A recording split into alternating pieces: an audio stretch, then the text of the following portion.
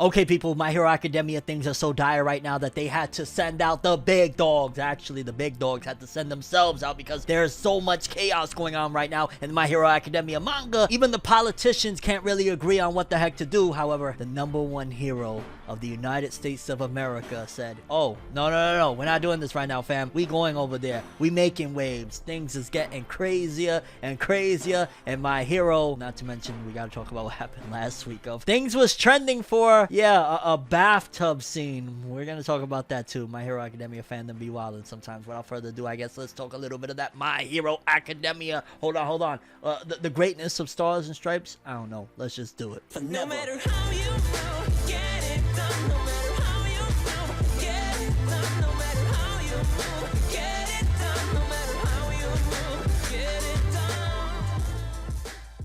Okay, people, so I ain't gonna lie, the last couple chapters, but especially the latest chapter, has been something else when it comes to My Hero Academia, because things is getting wild, things that we've been waiting to see for quite some time, that even have been hinted since, I want to say, going back to like the first film of My Hero, when they actually went to America and things like that. We've slowly but surely been making ways to this point, but we gotta talk because Stain has been a pivotal part of a lot of all of what's been recognized in terms of the chaos that is about to ensue, because now it feels like things are speeding up. Now it feels like we gotta speed up to the chaos that is about to ensue when it comes to the villains, Shigaraki, All for One, and all of the catastrophe that's underway. But also, I wanna cut back to last week, because I didn't talk about chapter 327 of My Hero, but I just briefly had to touch up on it because I went on Twitter and I saw My Hero was trending and I got excited. I was like, ooh, what's going on? Like, yo, did they strike? The villains attacked? Something happened with Stain? What's going on? Fill me in, fam. I gotta know a little bit of a spoiler or two. And when I saw why it was trending, I was like, My Hero fans, why do you disappoint me sometimes? Yo, they had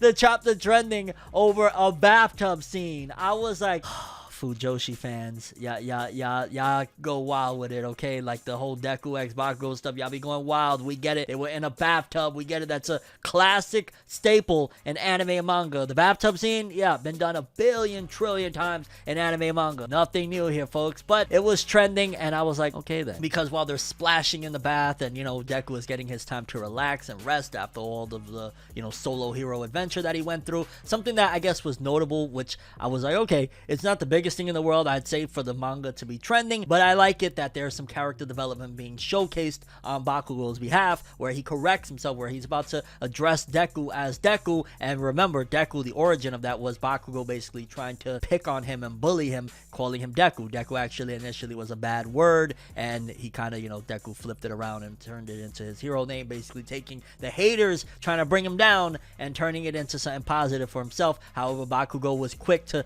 try and correct himself and say, no, I mean Midoriya, and I like that. You could argue Bakugou is one of the most, at the very least, especially when it comes to Class 1A, he's one of the most developed characters out of all of them. Like, he went from, he did not care about, oh, the difference between Deku and Midoriya. In fact, it made him feel good to call him Deku. So to go from that, from being just a heartless bully, to actually purposely being mindful of correcting himself when he calls him Deku, to, I mean Midoriya, that's big on Bakugou's behalf, and I like that. Dope character development there. I think that that's, if anything, the big takeaway from that whole scene. Like, I didn't care about, oh, they're splashing in the bathtub on some Donald Duck in the bathtub. Like, I don't care. I like the character development. All that other extra stuff, save it for your head canon. And when Deku said, nah, it's okay, you know, you want to call me Deku, it's fine, it's already a staple at this point, I was like, Deku, you should have just taken it. You should have just taken that he's finally accepting you as a human being and not a bug to be picked on. You should have just said, I bet, yeah, it's Midoriya, you right, fam, yeah. And it cuts to Deku basically not being able to sleep because he can't forgive himself for what he did to All Might, how he treated All Might, which, I ain't gonna lie, that was a big moment in My Hero's history, because y'all know Deku's the biggest fanboy in the world of All Might. So for him to be at such a low and such a crazed point in his life, to be able to have the heart to do that to his hero, the one that he worshipped, that has memorabilia, his whole entire room is decorated in All Might stuff, like, yeah, that was a big deal. So it makes sense he's going to be just completely devastated, like, I treated All Might like that, what was wrong with me? So when All Might says, I'm here to apologize apologize for not being able to be there for you. It's like they both, they love each other. They have real genuine love for as master and student, as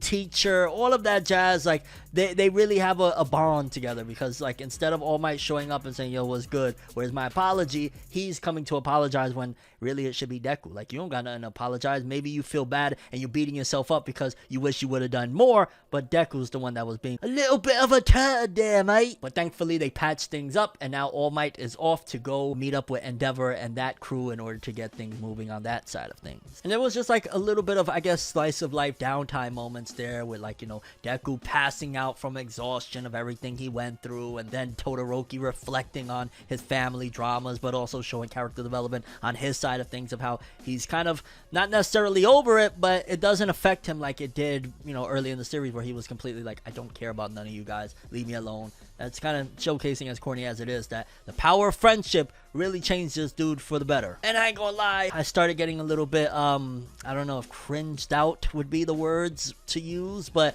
I was not all that enthusiastic when Class 1A was talking about, man, we gotta reassure the people, we gotta show them that normalcy is on its way, we gotta bring smiles to their face, kind of like how we did with the festival. And oh my god, please, I don't care what you want to tell me, Horikoshi, for the love of God, I don't want another stage play arc or anything like that. Please don't do it. If they want to go outside with a couple of like banjos and start dancing or some shit, maybe Deku hit him with a moonwalk or something, whatever, but please let's not go into like a multi-chaptered arc of them trying to put on a stage play for the people. Like, please, for the love of God, I don't want to see that. Oh, and I know there's gonna be some people say that you just don't like the school stuff and the slice of life. I don't like the school stuff and the slice of life, not at this point. Like, everybody just went through a living nightmare. I don't want to see a whole entire arc dedicated to that.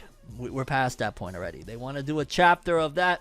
All right, whatevs. I don't want 10 chapters of, hey, we got to get the drums right. Now's not the time for that. And especially what was revealed at the end of the latest chapter, it's absolutely not the time for that. Also, I noticed that they, instead of saying going beyond plus ultra, they said going beyond and all. Was that ever used before? It's usually beyond plus ultra, right? However, we cut back to some of the heroes, and it starts getting into the nitty gritty of certain aspects of what they thought they knew, which, Doc Garaki, one hell of a monster, so to speak, which I'm gonna just start calling him the Garaki. I know I, for the longest time, was stuck on Maruta Shiga, but Doc Garaki it is. Because according to his testimony that they had him under like a lie detector and all sorts of things, it basically said they had about 2 months to get it together, 2 months to figure it all out, because in 2 months Shigaraki's body would be complete. The whole thing that they had going on with All For One trying to get his body complete, it would be within 2 months based on the testimony. However, at that particular point, they were also examining some new intel that was received to All Might from Stain, which I ain't gonna lie, the Fujoshi, I'm sure, had a blast with that part as well, because not only did All Might get this intel from the Tartarus prison from Stain, but apparently also attached to the intel was a crazed love letter. And I was like, oh no, please, the fan art from these people is going to be Stain X All Might. Oh god, please keep those cursed images away from me. I don't want to see All Might X Stain, for the love of God, no. I mean, fam, I got like an idea of how, All Might, the symbol of peace, I don't want to see him hugged up with, the hero killer. Like, that's just wrong. And that chapter ended off with Endeavor saying, who would have thought the hero killer became the hero ally. So dope stuff there. Overall, Stain, I love how his character hasn't morphed at all. Like, what I mean by that is he has been through and through true to who he was from the very start, is that he's essentially an ally to the way he feels justice is supposed to be and restoring order to the world, but he's not a good guy necessarily. The next chapter immediately showcases that. So dope stuff there. And overall, it was like a blend of like slice of life stuff that I didn't really care for, like, splashing in the water, but also demonstrating some more character development on the sides of a bunch of the Class 1A characters, also that potential setup for a festival, and of course the big info with Stain, giving them Tartarus information, and that at that point they thought they had 2 months. However, 328 blew everything onto its back, because it starts off in a very crazy way. I can't wait to see some of these episodes animated. Hopefully by then Studio Bones is not on some BS, because seeing the prison escape of that inmate, it just was like, holy cow, this is chaotic as hell, because it was a flashback from when All For One was breaking out of prison and all of that, and you see basically an inmate like, I'm finally free, where's the woman I'm gonna start collecting? And again, demonstrating what I was just saying a little bit ago regarding Stain, that he's not a good guy per se by any means, because yeah, he does some good deeds, but he slashes this dude's neck. He's like, oh no, we ain't doing that, fam. You trying to do what to women? Yeah, you gotta go. So again, Stain is through and through. He's not a good guy, he's not a bad guy. He is essentially the walking incarnation of that gray area. Also interesting to note, which also made sense as to why All Might even would have assumed like, oh, he don't know who I am. The fact that Stain hasn't heard any news,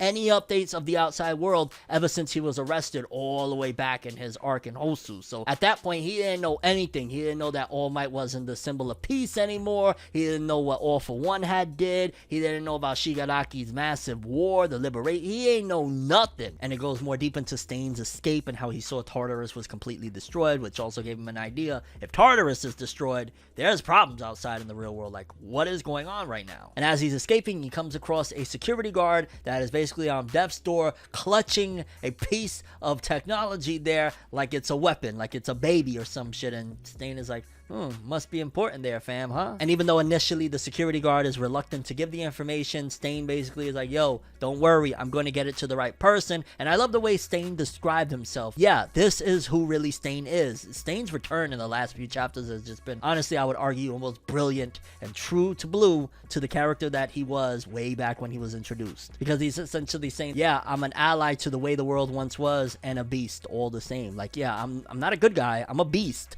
but I'm also an ally, and essentially you would argue good to the cause of, you know, restoring order. And it was kind of dope as well to see as Stain was trying to make his escape, how he was kind of poking his head out and he saw All for One. I wouldn't be mad, which I know they won't do it because obviously it's clear as day with season 5 that they don't really care about demonstrating the villains in all of their epic glory. I would love an extra anime only episode or two of a full-on demonstration of the prison break, which now that I think about it, it's probably why little by little we've been getting the prison break in kind of increments opposed to just getting like a full-on 2 to 3 chapters of All for One and then breaking out of prison, because yeah, the anime is not going to be able to adapt that properly. You gotta have the heroes back and forth, because if not, the audience over there in Japan aren't the biggest fans of the villains supposedly. But I still would love some anime only episodes just really giving us the nitty-gritty of that escape, because it looked crazy hectic. And finally Stain had delivered the info to All Might, and then All Might delivered it to the higher ups to be able to dissect it. And long story short, because it was a ton of exposition surrounding it,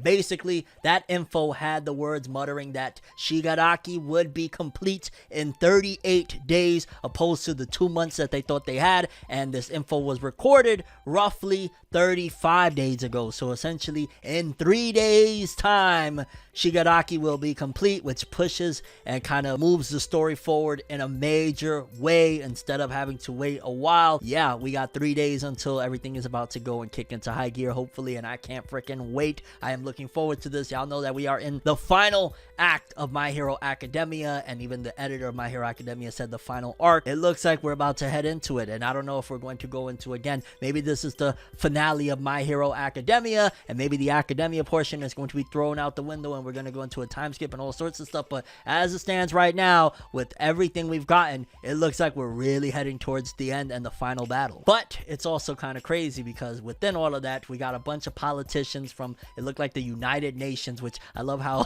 to not ruffle any feathers, they didn't showcase any like presidents or anything world leaders. They were all just shadowed out, but we had all of the politicians from the United Nations, I guess you would say, around the world, speaking about the catastrophe that's going on in Japan and how all of the heroes around the world, they want to go out and help. Like All Might has befriended a lot of these heroes, and there's ones that are like, yo, it's hard to hold our hero back. He wants to go and crush this All for One guy. And of course, the United States, being the United States, yeah, their hero already said, screw it, I'm not waiting. I'm sure the mission will get the okay anyway, and set out to go help out All Might. And we cut to see this babylicious #1 hero of the United States of America. And she said, my master's in a pickle, why would I think twice? And we see that the #1 hero of the United States of America is, woo!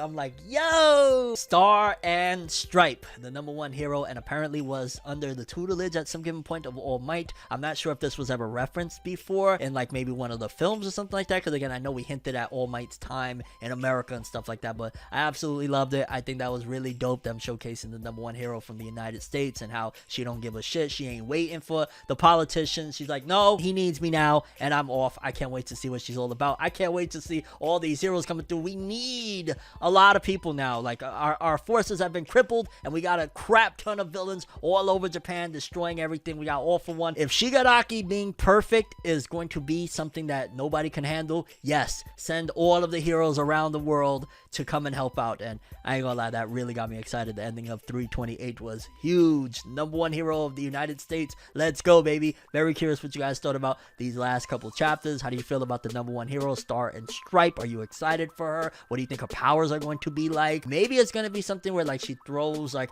projectiles of like stars and stripes or something. I don't know, and like wrap people up on some Wonder Woman type of thing with a lasso. Your thoughts on, in 3 days time, Shigaraki being complete? How do you feel about All Might mending his relationship with Deku? What do you think about My Hero Academia trending because of a Bab scene?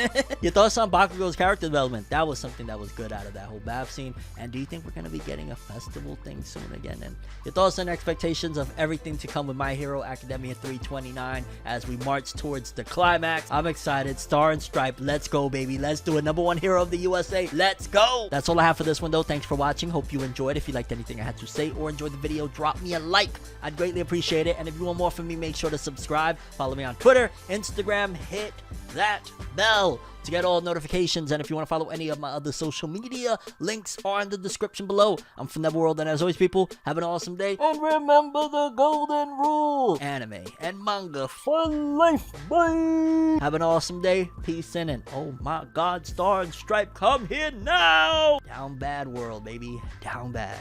Have an awesome one.